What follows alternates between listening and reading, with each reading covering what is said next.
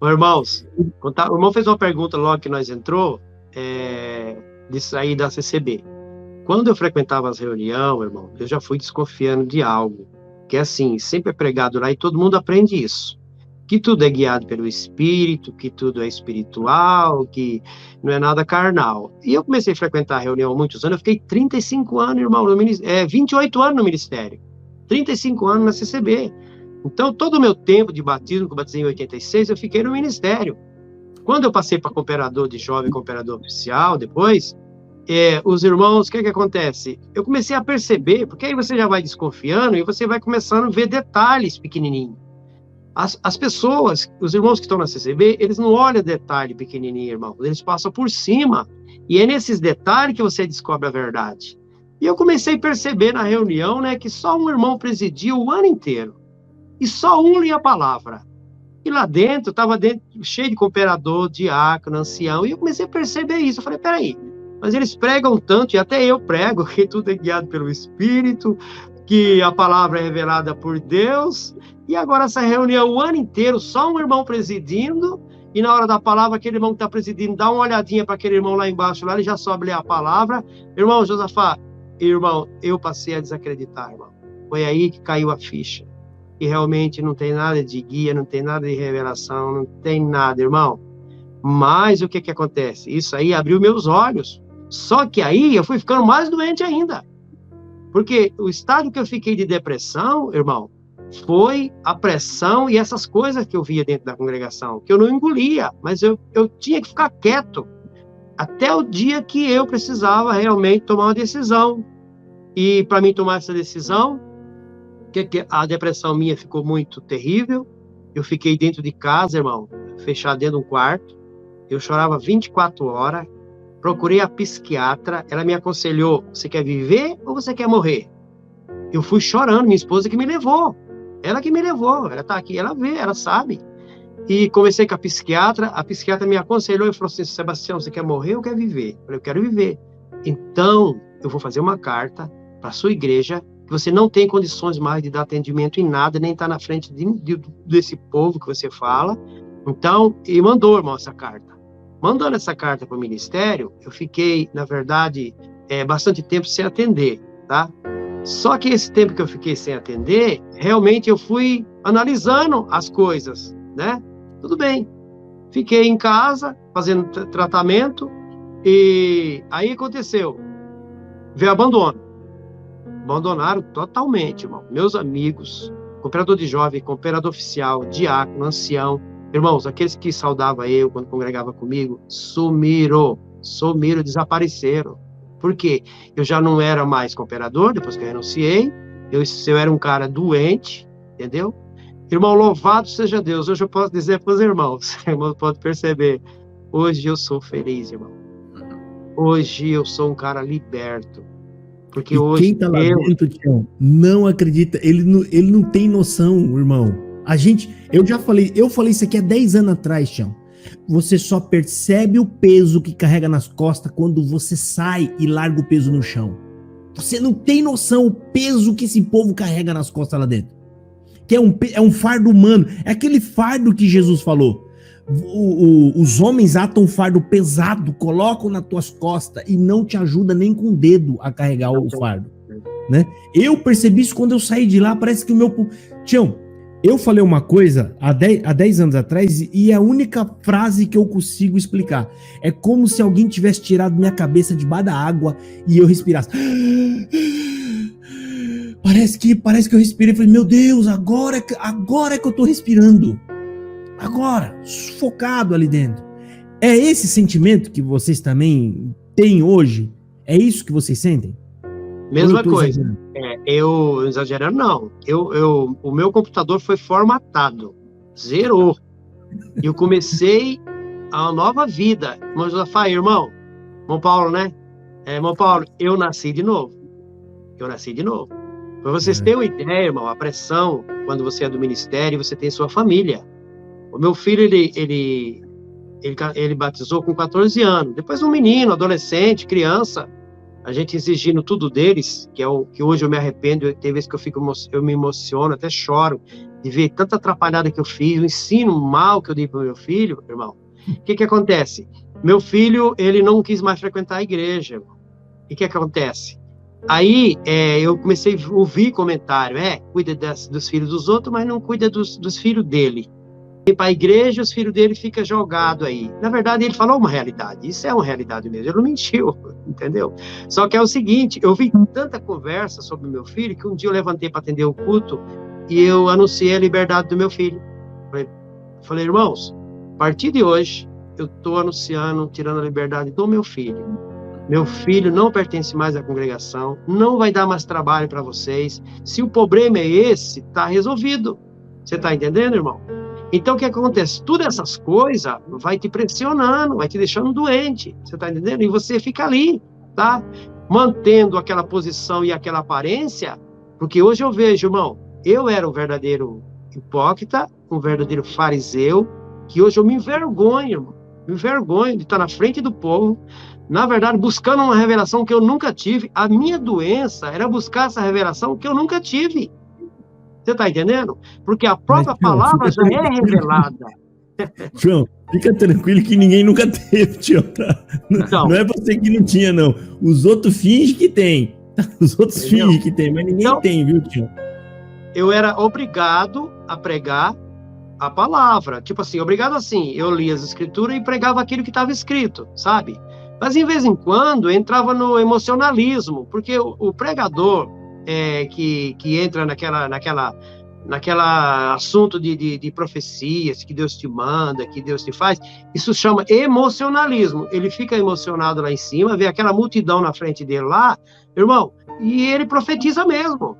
Se é verdade ou se não é, ele profetiza mesmo. Ele e as pessoas acreditam. Né, Tião? Ele quer dar o que o povo foi lá buscar, coitado. Ele vê as pessoas lá esperando, aí ele fala mesmo que Deus vai entrar na casa desse, que vai virar o cativeiro do outro, e aí todo mundo vai embora feliz, pronto, todo mundo vai feliz com a mentira, e a mentira alegra, sabe? A mentira alegra. Ó, se o meu filho me pedir uma bicicleta agora, tio, agora, e eu não tenho dinheiro para dar para ele, mas para acalmar, eu falo para ele, ó, esse mês eu te dou a bicicleta. Ele vai sair daqui feliz. É mentira, mas ele vai ficar feliz. Ele vai ficar feliz. É igual lá. Tião, você entra lá dentro sem emprego, o pé furado, a sola furada, passando fome. De repente, um irmão com as veias grossas, falando assim: tô entrando na sua vida, você entrou aqui embaixo de necessidade, passando prova, chorando, não tenho o que comer em casa e Deus manda te dizer: não vou abrir uma porta não, eu vou abrir um portão. Você vai chorar ou não vai, Tião? Josafá é um bom pregador, hein? Verdade. Mas é isso que eles fazem lá, Tião. Mas você vai chorar ou não vai, Tião? Vai. Você vai chorar, Tião. Você tá precisando, irmão. Você tem que agarrar naquilo. Primeiro que só de você estar lá dentro, você acredita que é Deus que tá falando ali. Só de você estar lá dentro. E aí você ouve um negócio desse, você vai sair feliz. Tião, passa mês e nada acontece. E aí eles falam que a palavra não era para você. Que você pegou a palavra errada. Ou que você não teve fé. Ou que não chegou a hora de cumprir. Uma pergunta que eu vou fazer aqui para vocês. Vocês têm uma ideia? São 3 cultos em uma semana. O ano tem 52 semanas. Dá 156 cultos por ano em uma comum. 156 cultos por ano em uma comum. Tião, você tem uma ideia de quantas profecias foram pregadas em 156 cultos? Chuta um número, Tião. Um número. Eu não tenho nem base. É milhões. Mas 5 mil profecias. Porque, são 156 cultos. Quantas profecias, mais ou menos, o irmão acha que é pregada em uma pregação só, numa igreja? Porque eles trocam de assunto assim, a rodo. Ele tá falando de uma coisa, ele profetiza aqui, daqui a pouco ele já vira o assunto e já profetiza outra coisa. Dá pra pôr umas 5 profecias ou umas 10 por culto? Ah, dá mais, hein? Dá mais, né, Tião? Dá mais. Agora eu falo o porquê disso aí. Isso aconteceu comigo. Então, não, Tião. Agora que eu vou entrar aqui na pergunta. Vamos pôr 10 profecias por culto. Nós vamos ter 1.560 profecias por ano. 1.500 portões abrindo, não é porta, portão, coisa que vai parar em cima, obra que todo mundo vai ver, que eles falam, a obra que eu vou fazer, todo mundo vai ver.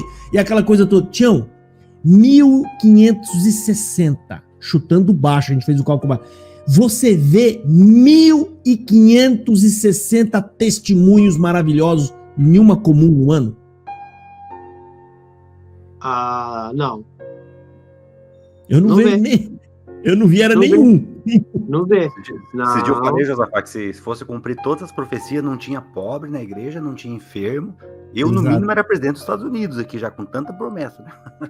E todos ocupando altos níveis, né, de grau da sociedade, né? Porque é tudo que é pregado lá. Eles não perceberam que as pregações são tão escandalosas, de exagerada, que se você para pra pensar um pouco, você fala, só pode ser tudo mentira. Isso, Tião, eu falo uma comum. Se você pegar todas as congregações do mundo, o que tem de bilhões de profetada esperando para cumprir, não está escrito. Porque se tem um momento no culto que é o mais chato, é o da testemunhança. Verdade. Não é isso? É. Que eu já vi ancião virar cara. Quando fala que é a hora da testemunhança, que o povo vai ter que levantar, ele já não gosta. Porque ninguém tem nada para contar. Não é isso, Tião? Isso. Sobre a testemunhança, tem um assunto aqui que eu dou até risada. Eu estava atendendo um culto um tempo lá quando era cooperador, e levantou um irmão para testemunhar, só que já era o horário, estava passando. Eu encostei nele e falei, irmão, o horário já está passando, irmão. Irmão, ele virou para a irmandade e falou assim, tá vendo, ó? Aqui, ó. Esse aqui tá tirando o operar de Deus da nossa vida, da minha, da sua e da nossa. Ele tá falando para mim sentar. Você vê ele que é absurdo? Isso no microfone? Falou, jogou a irmandade tudo contra eu. Tudo contra eu. E depois resolveu sentar e sentou. Então, o que você vê? Além deles falar umas besteiras lá na frente que não tem argumento nenhum, nem base bíblica, nem nada, eles ainda jogam você contra a irmandade. Aí a irmandade vai contra você e a favor deles. Normal, assim trava, Dodô. O céu trava, né? O céu travado, né? Na época da pandemia, que o culto deveria ser feito com 1 hora, eu dei graça que cortaram os testemunhos, né? Cantava 2 hinos e ia para oração em palavras já, mas era uma beleza. E eu não tava querendo que voltasse os testemunhos mais, sabe? Por mim podia ter ficado daquele jeito, porque era um alívio, rapaz. Quando vem irmão de fora, pode pôr 50 minutos de testemunho, o culto vai atrasar, dia de semana, e aquela obra arada, assim, lá de longe mesmo, coisa grande, né? Se for pegar só você falou de profecia, Josafá, vamos pegar só as do Arquimedes. Pegar toda a mocidade que já congregou com ele, a congregação era para ter a maior fonte de doutores, advogados, engenheiros e médicos do mundo, né? Aquele ali exagera, gente do céu. Ele não prega coisa pequena, não. É só topo. É juiz, médico, engenheiros, advogados, ministro. Vocês serão ministros! Vocês estão aqui, o futuro do amanhã! É exagero, gente. É um exagero. O testemunho, gente, ele é tão mal visto pelos anciãos que nos cultos online não colocaram. Aí tentaram colocar, ficou alguns dias, já arrancaram fora de novo. Porque sabe que o povo vai falar besteira em rede mundial.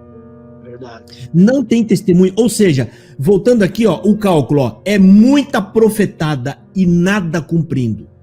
Qualquer um que está assistindo nós agora, que conhece Congregação Cristã no Brasil, que frequenta lá, sabe que o que a gente está falando aqui é verdade. Verdade.